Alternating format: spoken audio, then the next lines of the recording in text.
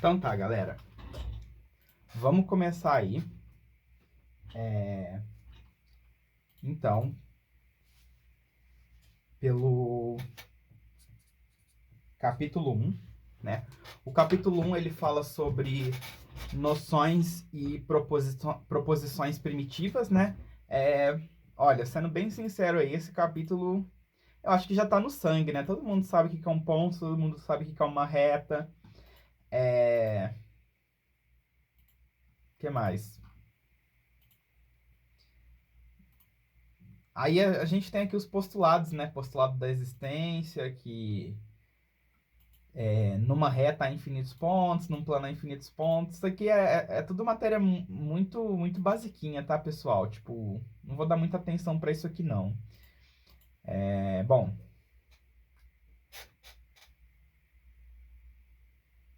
vamos pro capítulo 2, ó. O capítulo 2 ele já é de segmento, né?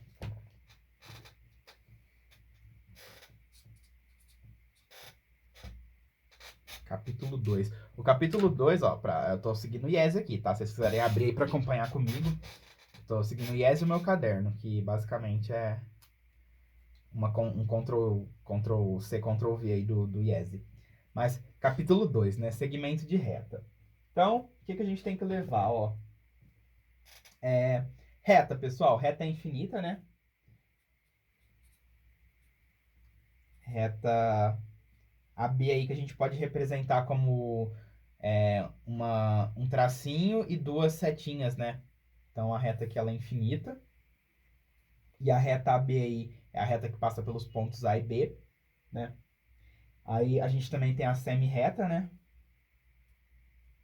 Semi-reta AB começa em A, passa por B, ela é infinita em apenas uma direção, né? Daqui para a direita, ó, ela é infinita, mas aqui ela começa, né? A reta ela é infinita dos dois lados, ó. Vou colocar esses três pontinhos aqui como sendo representação do infinito, tá, ó. Beleza? E a gente também tem então o segmento de reta, né? Segmento AB que a gente usou bastante, né? Essa notação aqui, ó, ganhou aí o prêmio de notação do curso, porque a gente usou isso aqui toda a aula, basicamente, né? Segmento. Então, esse aqui é o segmento AB, né? Ele começa em A e acaba em B. Show? Perceberam, né? Que a gente usou essa daqui. Foi a anotação que a gente mais usou durante o curso. Show?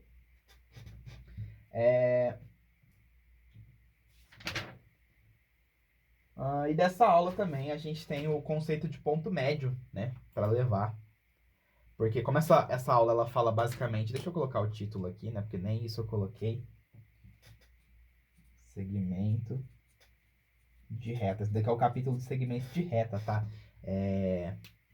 Aí ele também traz o conceito de ponto médio, né? Só que ponto médio a gente tá cansado de saber aí que é o ponto que divide um segmento em dois segmentos congruentes, né? Ó. Se você tem aqui o A e o B, você vai pegar esse ponto aqui, que divide esse segmento AB em dois segmentos congruentes, né? Então, esse tamanho aqui é igual a esse tamanho aqui. E esse M aqui, esse ponto M, ele é o chamado ponto médio. Ponto médio. Tá? Então, do capítulo 2 é isso aqui que a gente tem que levar, tá? Pra prova. Coisas aí que realmente importam. Aí a gente vai pro capítulo 3. Sobre ângulos, né? Sobre ângulos. Então, né? O que é um ângulo? Ângulo vai ser aí a reunião de duas semirretas de mesma origem, né? Então a gente vai pegar aqui um ponto que vai ser a nossa origem, ou o nosso vértice, e a gente vai construir duas semirretas, ó. Aí essa região compreendida aqui, ó, entre essas semirretas aqui, é o nosso chamado ângulo, né? Então, esse aqui seria o ângulo AOB, né? E o circunflexo a gente coloca aí no vértice do ângulo. Show? Aí, Assim como a gente tem o ponto médio, né, que ele divide aí o segmento em duas regiões congruentes, tá vendo, ó? Esse segmento é congruente a esse, né, AM. A gente pode até escrever isso aqui, né, que AM é congruente a MB, né? A gente também possui aí, né, o equivalente de ponto médio para ângulos, que é o quê? Se você tem um ângulo e você quer dividir ele em duas regiões iguais, você precisa traçar uma reta, né? E essa reta aqui é o que a gente chama de bissetriz. E a bissetriz, ó, ela vai dividir, então, o nosso ângulo em dois ângulos congruentes entre si, né? Então, esse tamanho aqui, essa abertura aqui, é igual a essa abertura aqui, beleza? Que vale metade da abertura do seu ângulo inicial, tá? Então, bissetriz, ela é a reta que divide o ângulo em duas partes iguais, né? Divide o ângulo ao meio. Tudo bem? Então, isso aí que é bissetriz, né? Aí, o IES também traz aí algumas definições, né, de ângulos, né? O que é um ângulo reto? Ângulo reto é o ângulo de 90 graus, né? Aí a gente tem ângulos agudos. Ângulos agudos, o IES diz que são ângulos que são menores que os ângulos retos, beleza? E os ângulos obtusos aí são ângulos que são maiores que o ângulo reto. Então, ó, esse ângulozinho aqui, ele é menor que o ângulo reto, e esse ângulozinho aqui, ele é maior que o ângulo reto. Então, aqui a gente tem o reto, aqui a gente tem o agudo, e aqui a gente tem o obtuso. Obtuso. Beleza?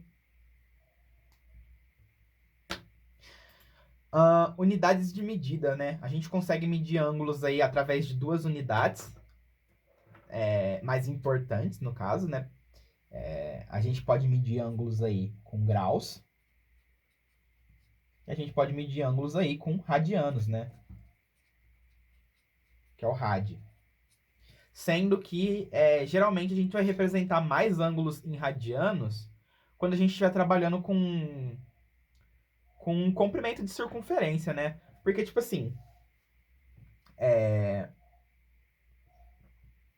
lá você está usando π, né? Quando você vai trabalhar com comprimento de circunferência.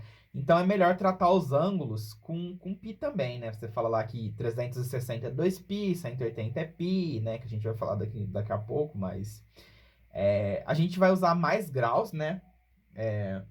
Se eu não me engano, a Epicar trabalha mais com graus mesmo.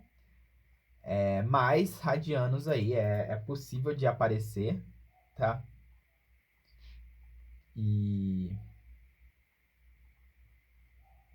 Mas a gente vai focar aí nos graus, tá bom?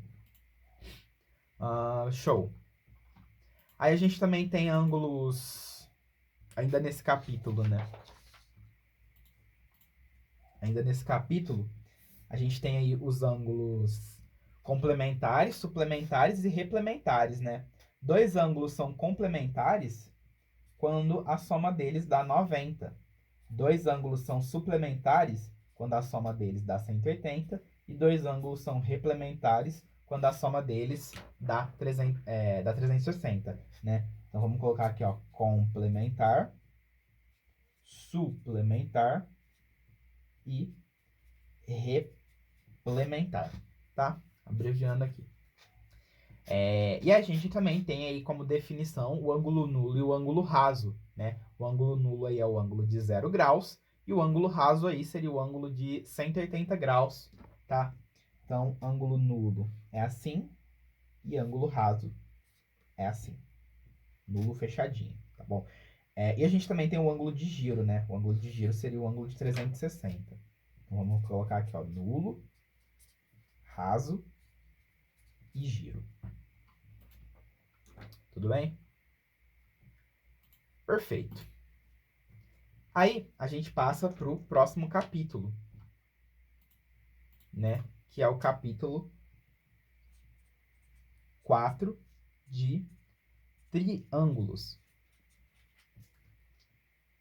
Né? Aí ele traz aí a definição de triângulo, né? Que é três pontos não colineares, né? que então são 3 pontos aí que não estão na mesma reta, e a reunião dos segmentos, né, formado por esses pontos, gera aí uma região que a gente chama de triângulo, né?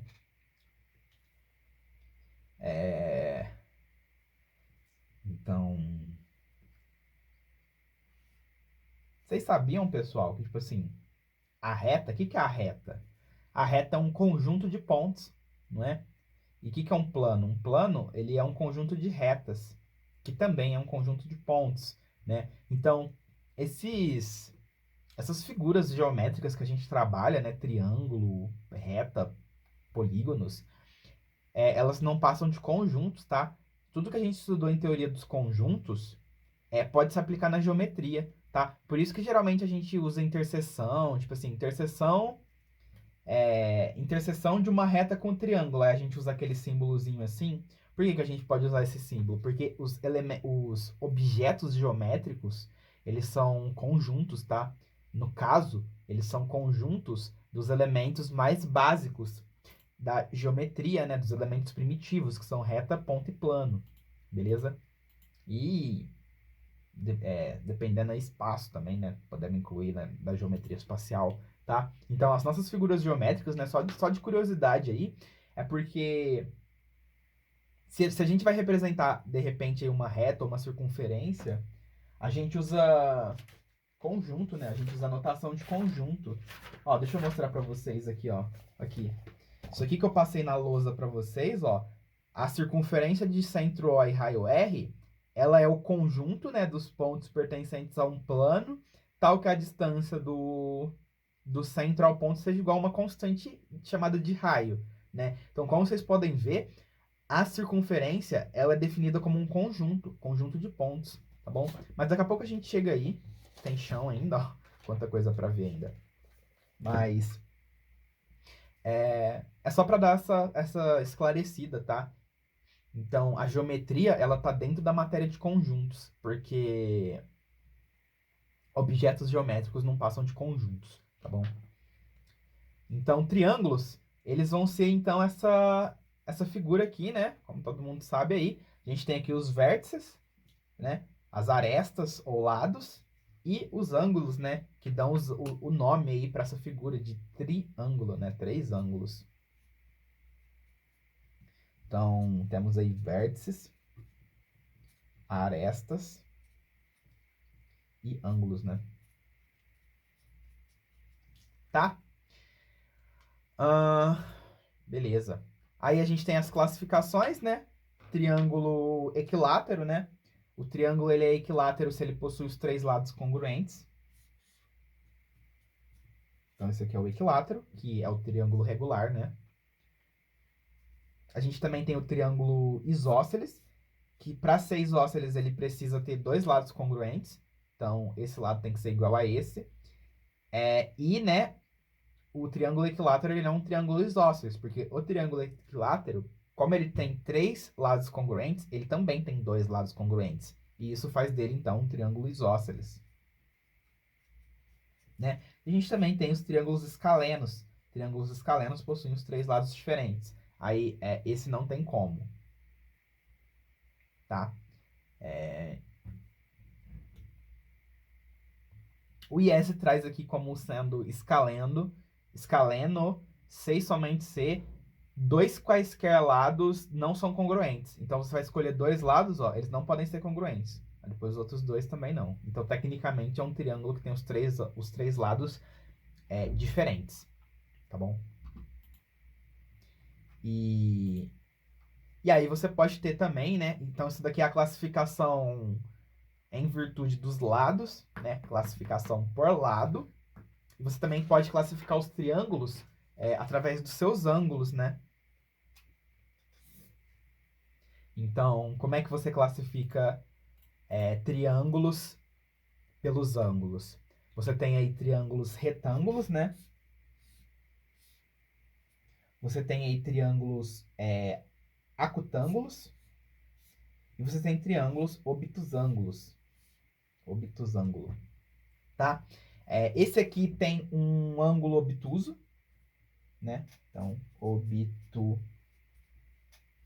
retângulo tem um ângulo obtuso, tá? Não tem como ter mais de um ângulo obtuso, porque senão você vai pegar algo que é maior que 90 e somar com algo que é maior que 90, com certeza vai dar maior que 180. E a gente sabe que a soma dos ângulos internos tem que dar 180, tá bom? Então, não existe triângulo com dois ângulos obtusos, tá? No máximo um. Também não existe triângulo com dois ângulos retos. No máximo um. Porque se você tem dois ângulos retos, você já alcançou aí o 180 e você não tem mais espaço para um terceiro ângulo, né? Então você não vai conseguir fechar o triângulo, você não vai conseguir fechar a figura. Dois ângulos retos, você tem isso aqui, ó. Suas retas vão ser paralelas, né? E aí não fecha para formar o triângulo. O triângulo tem que fechar. Então esse daqui é o triângulo retângulo, famoso, né? Pelo teorema de Pitágoras. Triângulo obtusângulo e o triângulo acutângulo, tá? Quando todos os ângulos aí são menores que 90. Ângulos internos, no caso, tá bom? Esse cara aqui, né? Cateto, cateto e hipotenusa. A gente tem esse nomezinho especial para os lados de um triângulo retângulo, né? Como a gente viu lá em Teorema de Pitágoras. Teorema de Pitágoras não, né? Chamar a matéria de triângulo retângulo de Teorema de Pitágoras é sacanagem, porque triângulos retângulos tem mais do que simplesmente o Teorema de Pitágoras. Mas vocês entenderam, né? E aí, né, dito isso, né, dado essas definições, dado essas classificações, a gente passa então para os critérios de congruência, né? Foi uma das primeiras coisas que a gente estudou. Critérios de congruência aí são fundamentais para a gente fazer demonstrações mais sofisticadas, né? Então, se você quer entrar aí no mundo das demonstrações, você tem que saber congruência, né? Inevitável. O bom dessa aula, né, pessoal, é que não vai ter uma demonstração aqui. Hoje eu tô tirando o dia de folga, não vou demonstrar nada, tá? Aula totalmente expositiva. Para quem não gosta de demonstração, né, só pega a pipoca aí e enjoy. Mas, ó, critérios de congruência, então, né? A gente estudou aí 4 critérios de congruência, né? Sendo que o primeiro critério de congruência, ele é o postulado, né? Então, vamos colocar aqui, ó, critérios de congruência. Critérios de congruência, né? Então, só lembrando aí o que é congruência, né? Congruência, pessoal, é tipo uma igualdade, só não é igual porque não está no mesmo lugar, né? Lembra lá, semelhança tem a mesma forma, congruência tem a mesma forma e tamanho, e igualdade tem a mesma forma, tamanho e posição, tá? Então, a gente só diz que uma coisa é igual a outra, assim, levando aí pro rigor matemático, né? Mas, tipo assim, percebam que durante o curso eu não me apeguei tanto a esse rigor, né? Tipo, a gente fala, esse triângulo é igual a esse, mas o que a gente quer dizer é que ele é congruente, tá? Porque para ser igual ele tem que estar na mesma posição também. Enfim. Mas essa daí que é a diferença, né, entre igualdade e congruência. Lembra lá que semelhança é você e seu irmão, né? Ou irmã, sei lá, você e seus pais. Congruência é você e seu irmão gêmeo ou irmã gêmea. E igualdade só você. Você só você é igual a você, não é? Enfim, dito isso, né? Dito o que é congruência, o que dois triângulos precisam ter, então, para serem congruentes, né? O primeiro caso de congruência aqui é o LAL, né? Lado ângulo lado, que esse daqui é o único postulado, tá? Os outros a gente tira disso. Show? Então, primeiro caso, se dois triângulos possuírem mesmos lados, ângulos e lados, né? Se dois triângulos têm ordenadamente congruentes dois lados e o ângulo compreendido entre eles, então eles são congruentes, né? Isso aí é o que o IESE diz pra gente. Só lendo aqui. Mas é o famoso LAL, né? O próximo critério de congruência... Eu vou dar exemplos, tá? Pode ficar de boa aí. O próximo critério de congruência que a gente tem aqui é o critério... Cadê? ALA, né? Então, segundo aqui, ALA. Ângulo lado ângulo. O terceiro critério de congruência que a gente tem, que é o que eu mais gosto, LLL, tá? Meu critério de congruência favorito, né? É o critério mais simples aí, mais fácil de entender, né? Tipo, não tem como não entender isso? Se dois triângulos têm os mesmos lados, eles estão congruentes, né, cara? Tipo, lindo. Maravilha. E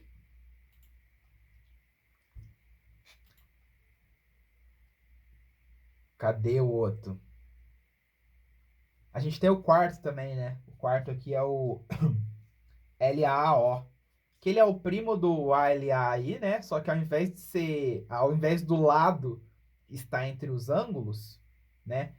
O lado, ele é oposto a um dos ângulos, tá? Essa é a diferença aqui, mas eles são primos. Vamos colocar assim, né? Aí a gente também tem o caso especial, né? Que é o caso do cateto e hipotenusa. Se dois triângulos retângulos, eles possuem aí um cateto e uma hipotenusa congruente, então eles são congruentes. Show? Que a gente vai colocar aqui como caso especial, que é o cateto hipotenusa, tá? Esse caso especial, como eu disse em aula, né? Ele é o famoso LLA, que não é um critério de congruência, só que no triângulo retângulo ele é sim um critério de congruência, por isso que ele é chamado aí de caso especial, tá bom? Porque você tem aqui um LLA. Mas, enfim, vamos aqui para, então, os exemplos, né? Então, você tem esse triângulo aqui, tá? Você tem esse triângulo aqui. E esse lado é igual a esse ângulo é igual a esse, e esse lado é igual a esse. Então, como esses dois triângulos aqui, ó, o triângulo... vamos dar um nome para esses triângulos, ó. O triângulo Romeu e o triângulo Julieta. Né? Esses dois triângulos aqui, eles possuem os mesmos lados, ângulos e lado, né? Ó. Esse cara é igual a esse cara é igual a esse cara é igual a esse. Então, esses dois triângulos são iguais, tá bom? O Romeu é igual a Julieta. Tá. Só pra ficar lúdico aqui o exemplo. Beleza? Então, esse aqui, esses dois triângulos aí são congruentes, né? Pelo critério LAL. Aí, se você tem isso aqui, ó.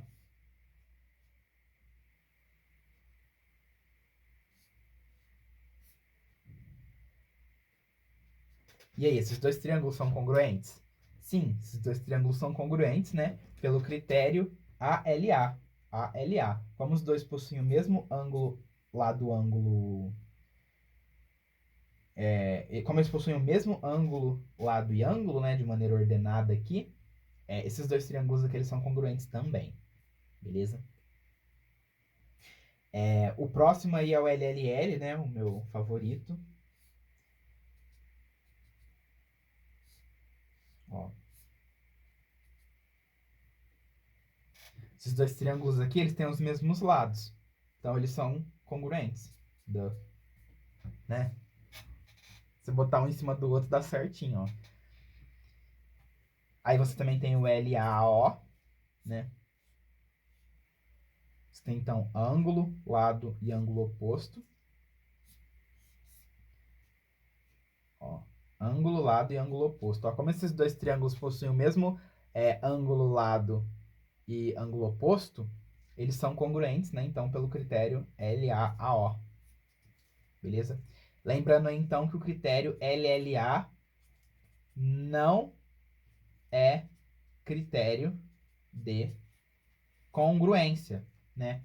Porque se você tem isso aqui, ó, deixa